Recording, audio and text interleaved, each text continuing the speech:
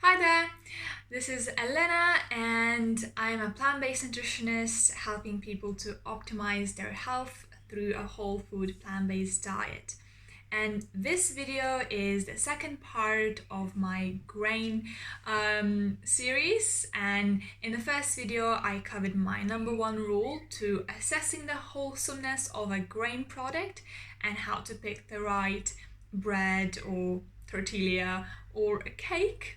And this video is going to be specifically focused on the types of bread, what types are the healthiest, and what you can make at home as well. So without further ado, let's get on to the types. So first of all is the Ezekiel bread.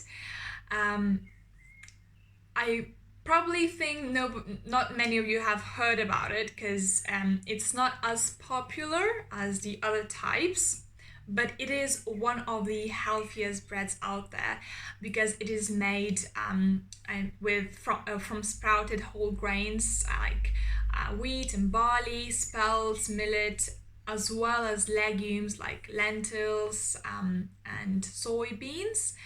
And so the whole magic behind this bread is because it's sprouted, right? So those who follow me know I talk a lot about sprouting, and that sprouting really increases nutrient absorption, digestibility, and it just improves the nutrient content that we get from the bread, right? So that's why this bread is perfect source of protein, also because it includes lentils and other pulses, fiber, B vitamins. So definitely Ezekiel bread is something to look out for as one of the healthiest out there. And you can totally make one at home. There are plenty of recipes out there for Ezekiel bread, from even buckwheat flour and lentil flour. So the second bread is the sourdough, and this is more well known. Everybody's talking about it, and sourdough starter culture is like a hobby for some people. So definitely a lot of people are making it at home. It can be quite tricky at start when you're starting out, but as you move along, it's not that hard. And again, there are a lot of videos about how to make sourdough bread starter yourself, or you can share with a friend, somebody who's already baking, and get this started from them. So again, why this bread is different from a regular bread is because it's not made with yeast as other breads. It has a slow fermentation process, and again, like Ezekiel bread is sprouted and sourdough is fermented.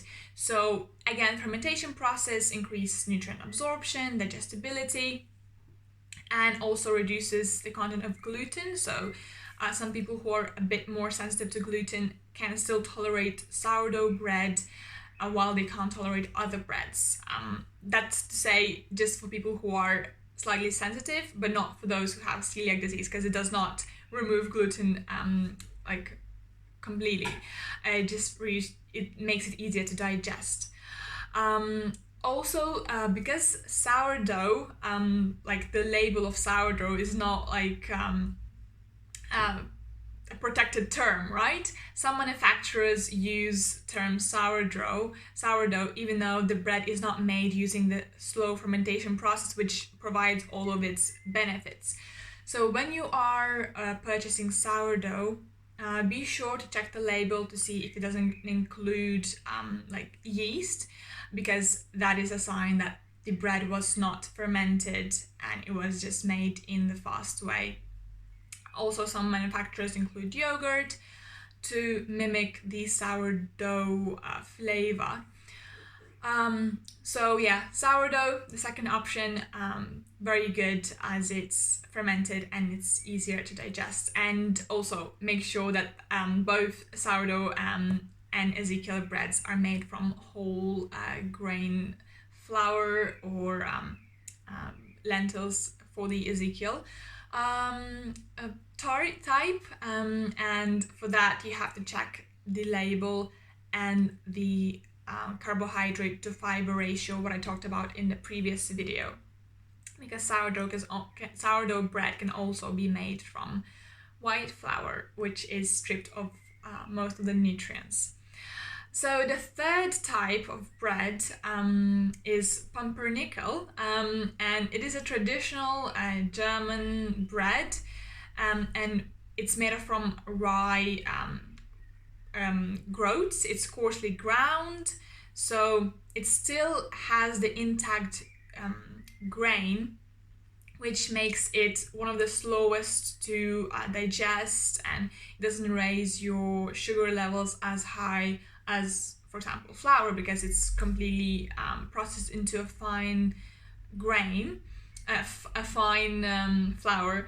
So pumpernickel is one of the best ones, also because it has lower gluten content for those people who are a bit sensitive to that, because rye has less gluten than wheat. Has more fiber than most of the breads because it's made from coarsely ground rye groats. Also has a lot of resistant starch and a low glycemic index, which is very important for those who are managing their sugar levels. And then the fourth type is rye bread. So what's the difference between rye bread and pumpernickel? Well, the main difference is because rye bread can be made, it is made from finely processed grain, so it's made into a rye flour, versus the pumpernickel is made from coarsely ground rye, and the baking process is a bit different. So also when you're looking to purchase rye breads, be sure to check the label to see it's made from whole grains, and again check the fiber to carbohydrate content to check that the ratio is similar to a whole grain. And then the last bread, which is easiest to make at home, and I do that myself because I'm not I don't have so much time to do the sourdough and everything. So the fifth type is the soda bread, and it's a traditional staple in Ireland, and why it's good is because it's made from very few ingredients. It's just flour, buttermilk, baking powder, and salt. And buttermilk you can make yourself by mixing soy milk with a bit of lemon juice, and you get a perfect buttermilk. And if you're making it at home, you can make sure that you use whole flour, and you can use any type of flour. You can even grind quinoa or rice, oats, make a mixture to make it multigrain. When you're purchasing in the store, be sure to check that it doesn't include milk, because it's made of buttermilk, so make sure it's a plant-based version, and that it doesn't have any other nasty additives. So those would be the five types of breads that are healthiest out there. The easiest one to make is the soda bread, obviously, but definitely make sure to check out other breads that you can make at home, because ultimately the best bread is the one that you can make at home, because you know exactly every ingredient that you put in there, because manufactured breads, if you look at the label, it has some of them all the nasty ingredients. So in the end, whether you're purchasing in the store or baking yourself at home, just make sure you use as whole ingredients as possible, or that the bread is made from whole ingredients, and it doesn't have a big list. It just has the key points that you need in a bread. So this would be it, a short coverage of types of bread. Let me know if you have any questions. It's definitely not a conclusive list of all breads and everything. So yeah, I'm waiting for all the questions that you have, or any concerns, or maybe you've tried some of them, making at home or purchasing at the store. So let me know what was your experience with that, and see you soon. Bye!